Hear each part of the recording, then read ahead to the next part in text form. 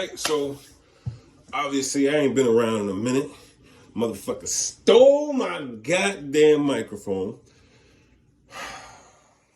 But I'm trying to be more calculated with my thoughts.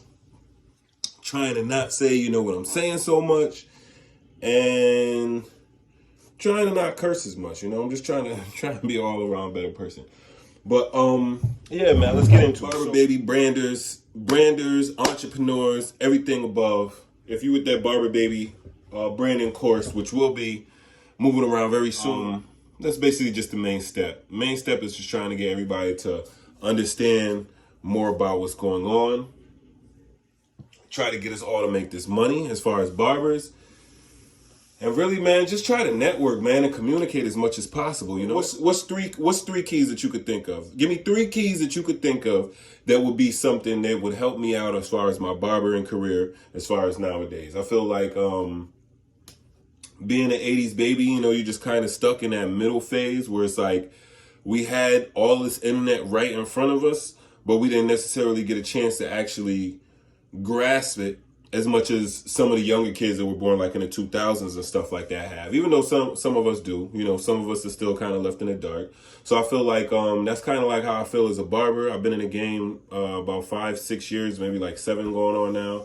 And I feel like it just transitioned from when I started, it was a point where it's like enhancements were a no-no, and whoever used enhancements, they was bugged out. And then now it's like everybody uses enhancements, but it's getting pretty good. So you basically just got to keep up with the time. You got everything from enhancements to SMPs to man weaves. You know what I'm saying? Enhancements, SMPs to man weaves. Sky's the limit right now. So I'm trying to do everything. To get everything back, kind of all wrapped in together, we're going to do 3 Barber Baby branding tips that you could use on an everyday basis, just to try to scale your business, get it to the next level. I watch my man Marvy Marv every day. So if you ever get a chance to check him out, check out my man Marvy Marv. If you ain't checking him out, link and subscribe to my page as well. It's basically just trying to give you as much as you can learn about this barbering game, because things are evolving daily, man. And with this new Web 3.0, that's going to be a whole different topic to talk about, all right? The 3 steps that you want to do as far as branding. First step is definitely going to be, you're going to have to get some type of a logo, some type of an idea, some type of, a name, something catchy. So that's kind of why I stuck with my name, which is Barber Baby. I feel like, the Barber Baby is just within itself is something nice. Do like everybody does in America. I'm going to take exactly what you're going to do. I'm going to package it different. It may look similar. You may think it's something. It's going to draw you in, and then boom, I got you. Now, once everything else comes down the line, you can get all the legal aspects, get you an LLC. There's a whole bunch of other stuff. If you want to check out anything that has anything to do with LLCs, S Corps, or any financial stuff, I'll have more videos about that. But if you really, really want to check that out right now, check out Basio Cuts. He does that. Like, if you want anything to do with financial, that's the man that you need to talk to. I'm just here for branding and getting your business to a different scale. Marvy Marv, that's for social content and everything. So, of course, the first one we're going to do, you got to get the brand. Brand yourself. Get you a LLC, whatever. Make you a t-shirt. Do something to make yourself, that's who you are. Make Barbers Great Again hat. I wear this hat. It looks like, a MAGA hat, but when people look, they're like, oh, okay, it says Make Barbers Great. Then I have this shirt right here. This is my boy's, his logo. It says Barber Lives Matter. Sam, we do that just because Barber Lives Matter. You want us to be in the shop all day. So automatically, if I'm walking through any spot, when I had this when I was in the airport, you might be in the hood, they see the MAGA hat. Whatever the case may be, it doesn't matter. You're going to get the contrast, because some person's going to be like, yo, this dude is confused. He has on a MAGA hat and a Black Lives Matter shirt. What the hell is he talking about? But then when they see his barber logo, it's automatic. Yo, are you a barber? Where'd you get that from? Do you have a website? Whatever. Now, boom. When they ask you, I have a few of these, but this one is called Popple. You can order it. It's like $20, and then literally all you do is take this right here. Hey, man, you like my hoodie? You like this? Here, let me see your phone. Scan the phone. When you scan your phone, it automatically goes to all of your websites if you set it up the right way. So this is another way that you can help brand yourself, help market yourself, help do whatever you need to do to get your business to the next level. One of the main things that I learned from a lot of Marvy Mar's classes is specifically like, if it don't make money, if it ain't making money, it don't make sense. Right? So you have to know the direction that you're going in. If I'm out here posting on a daily basis, don't get me wrong, I love having a good joke. I love, engaging in conversations with people and, hee ha ha. But at the end of the day, if it's not making me no money, I'm not going to just sit around in comments laughing. You get what I mean? It was fun when we were younger. Now we're getting a little bit older. So this is the reason why you have digital real estate. With that digital real estate, that's basically your store to an extent. So the number one thing is going to be branding. And then I'm already talking about digital real estate.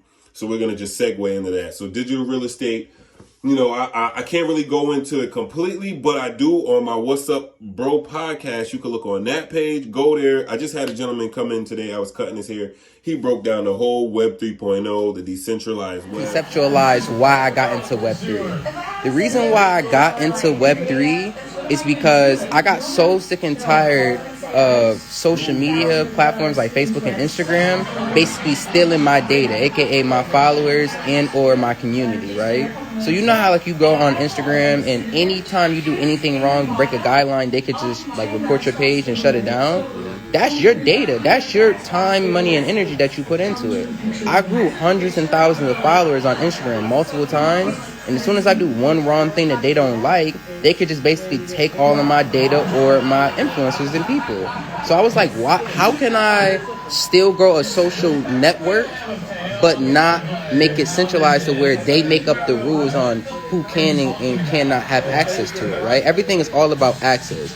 And that's what networks and blockchains give you leverage to have. It gives you access to different networks, right? If you guys really want to know information about that, you could go contact my WhatsApp, What's Up Bro podcast, WAZZUPBROPOD on Instagram. You could check that out for any just daily news or information, or if I talk to anybody that I have a good rapport with while I'm cutting their hair, I always want to have a conversation with them. I didn't have the mics once again because they were stolen from someone, but that's no problem.